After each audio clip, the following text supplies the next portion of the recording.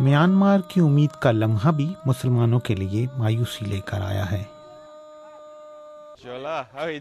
ये जावला हैं जो कि एक ताजर हैं। वो 5 माह पहले जनूब मशरकी एशिया के पनाह गजीनों के बहरान में फंस गए थे। मई में हमने उनके साथ कुछ दिन गुजारे थे जब वो शदीद दबाव में इंसानी स्मगलरों से लोगों को छुड़ाने की कोशिश कर रहे थे। अब मानसून का मौसम है, इसलिए अब किश्तियां समुंदर में नहीं जा रही। उनके 8 साल बच्चे को टीबी है। चावला समझते हैं कि वो डॉक्टरों ने उनके बेटे का इलाज मुनासिब तरीके से नहीं किया। उनके पास अब कोई और रास्ता नहीं है। ये हमारा अहम मसला है।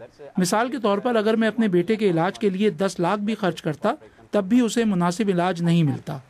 जब हमारी जावला से आखिरी मुलाकात हुई थी तो वो उस वक्त इस औरत की मदद कर रहे थे जिसकी बेटी सनोरा इंसानी स्मगलों के साथ समुंदर गई हुई थी।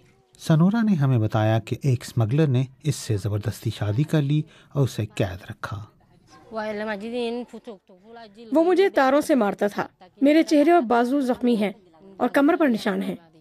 1 माह के बाद सनोरा अपनी वालदा की मदद से वहां से भाग गईं और घर वापस आ गईं। जावला के मुताबिक इतवार को होने वाले इंतखाबात इस सिलसिले में एक और धचका हैं।